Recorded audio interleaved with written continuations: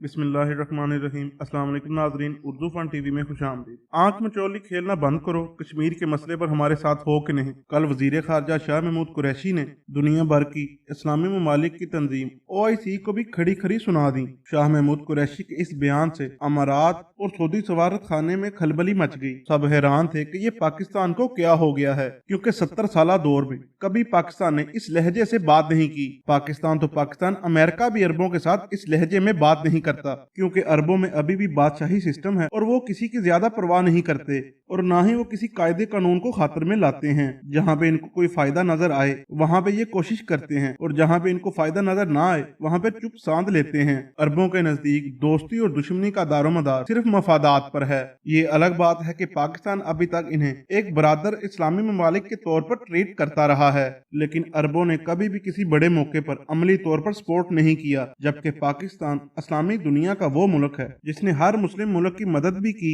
और हमेशा उसकी सलामती के लिए साथ भी खड़ा रहा। लेकिन बदकिस्मती से जब पाकिस्तान की बारी आती है तो सारी मुस्लिम दुनिया तकसीम हो जाती है। कोई इसे दाखिली मामलात कहकर जान छुड़वा लेता है तो कोई ये कहकर बात खत्म कर देता है कि ये उम्मत मुस्लिमा का मसला ही नहीं। खैर, पाकिस्तान तो अपना काम करता रहेगा। हुकाम ने अब ये फैसला किया है कि OIC में जितने ममालिक हमारे साथ हैं हम उनकी अलग से OIC बुलाएं और मसला कश्मीर का कोई मुस्बत हल निकाला जाए। पाकिस्तान ये देख चुका है कि भारत ने बातचीत के तमाम दरवाजे बंद कर दिए हैं और अब हमें भी आगे बढ़ना चाहिए। इस जमन में चाइना पहले ही लद्दाख में आगे बढ़ रहा है। भारत के तमाम हमसाया ममालिक को भारत के सामने खड़ा कर दिया है। भारत के अंदर से अलहदगी की तहरीकें जन्म ले रही हैं। खालिस्तान को पाकिस्तान की मुकम्मल हमायत हासिल है, जिसके नतीजे में सिखों ने कश्मीर के मामले में हमारा वो साथ दिया है कि जो हम सोच भी नहीं सकते। अब बारी है पाकिस्तान की, तो इंशाल्लाह तमाम कानूनी कार्रवाई जिसमें OIC पाकिस्तान का मुस्तकबिल में नक्शा वगैरह मंजूर हो जाने के बाद पाकिस्तान कश्मीर के लिए अमली कदम उठाएगा।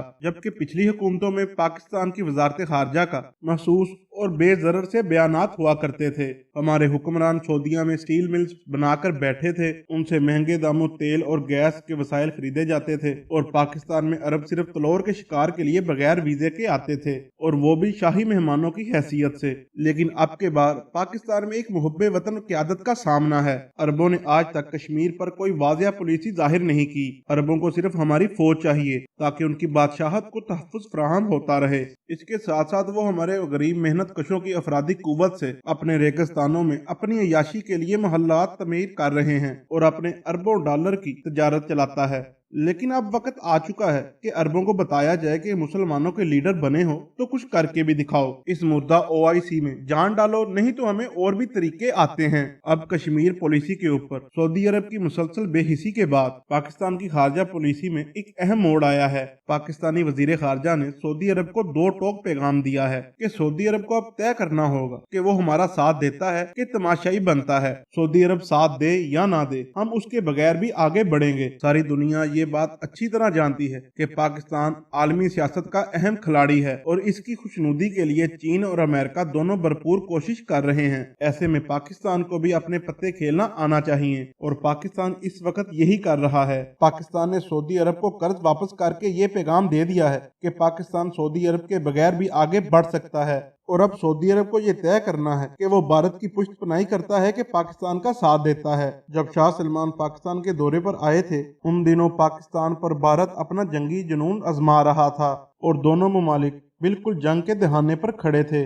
उन हालात में भी सऊदी अरब ने पाकिस्तान के हक में कोई बयान नहीं दिया था। पाकिस्तान में 3 अरब डॉलर की सरमायाकारी की और यहाँ से सीधा भारत गए और मोदी के साथ बगलगीर होकर 40 अरब डॉलर की सरमायाकारी का ऐलान किया। उस वक्त शाह सलमान पाकिस्तान की सपोर्ट ना भी करते तो दोनों ममालिक की जंग टालने के लिए कोई बयान दे सकते थे, लेकिन लग ऐसा रहा था कि शाह सलमान ही भारत को थपकी दे रहे हैं। लेकिन पाकिस्तान की नजर शाह सलमान की एक एक हरकत पर थी।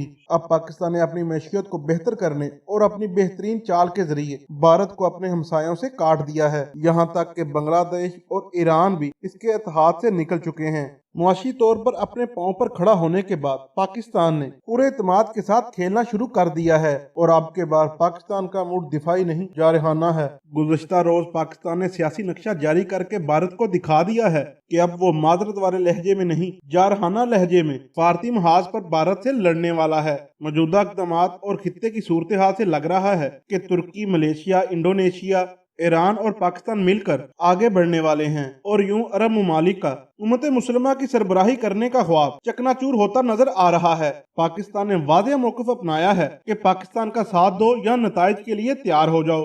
اب پاکستان معاشی لحاظ سے اس کنڈیشن میں آ چکا ہے کہ وہ عرب ممالک کے پریشر میں نہیں آئے گا۔ سی پیک نے پاکستان اور چین کو اس قدر یکجا کر دیا ہے کہ ایک دوسرے کے مفادات کا تحفظ مجبوری بن گئی ہے۔ چین اور روس کا امریکہ بلاک کے خلاف اکٹھا ہونا ایک تاریخی موڑ ہے جس میں پاکستان کا کردار انتہائی اہم ہے، اور ادھر افغانستان میں پاکستان کی حمایت امریکہ کے لیے انتہائی اہم ہے، اور یوں پاکستان انتہائی آسانی سے کریز سے باہر نکل کر کھیل سکتا ہے۔ پاکستان نے بڑی دانش مندی سے کھیل کو اپنے حق میں استعمال کرنا شروع کر دیا ہے۔ اس وقت بھارت سوارتی سطح پر ایک کمزور پوزیشن پر ہے۔ دنیا کے کسی ملک نے بھی کشمیر پالیسی پر اس کا ساتھ نہیں دیا۔ حالات یہ ہیں کہ بھارت کا انتہائی شراکت دار فرانس بھی، جس کے ساتھ بھارت کے کئی دفاعی معاہدے ہیں، اس نے بھی کشمیر پالیسی پر بھارت کو جھنڈی دکھا دی ہے۔ اگر پاکستان عرب ممالک کو بھی بھارت سے الگ کرنے میں کامیاب ہو جاتا ہے تو یہ پاکستان کی بہت بڑی کامیابی ہے۔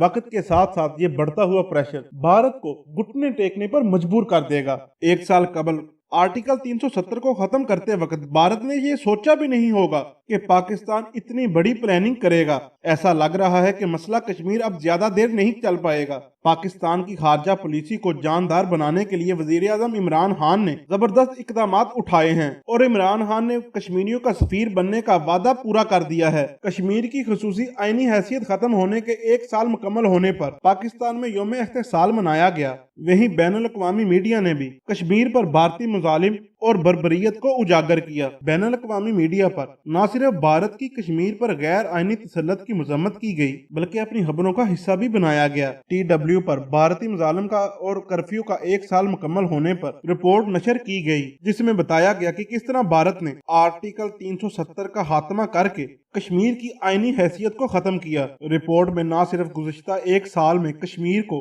دنیا کی سب سے بڑی جیل بنانے پر مودی کے ظالمانہ رویے کی عکاسی کی گئی بلکہ ماضی کے اب تک کے معاہدے اور اقوام متحدہ کی قراردادوں کے باوجود کشمیر میں انسانی حقوق کی خلاف ورزیوں کو بھی اجاگر کیا گیا، اور بتایا گیا کہ کس طرح کشمیری ان تمام مظالم کے باوجود آزادی کی جنگ لڑ رہے ہیں۔ TW نے گزشتہ روز مودی کے ایک اور گنونے اقدام پر سے بھی پردہ اٹھایا کہ مودی نے مسجد کو مسمار کر کے ایودھیا میں ایک متنازع رام مندر کی سنگ بنیاد رکھی۔ پریس TV نے بھی آرٹیکل 370 کا ایک سال مکمل ہونے پر ہیڈ لائن لگائی کہ کشمیر میں کرفیو نافذ ہے اور کشمیر کی خود مختاری ختم کرنے کی برسی منائی جا رہی ہے۔ رپورٹ میں بتایا گیا کہ لاک ڈاؤن کے باوجود کشمیر میں کرفیو لگا دیا گیا ہے۔ اسی طرح وزیر اعظم عمران خان کی جانب سے اقوام متحدہ اور مختلف پلیٹ فارمز پر یہ مسئلہ اجاگر کرنے کی وجہ سے اب دنیا کی نظر کشمیریوں پر ڈھائے جانے والے بھارتی مظالم کی طرف ہے۔ وزیر اعظم عمران خان نے یوم استقلال کے موقع پر اپنی کی جانے والی تقریر میں کہا تھا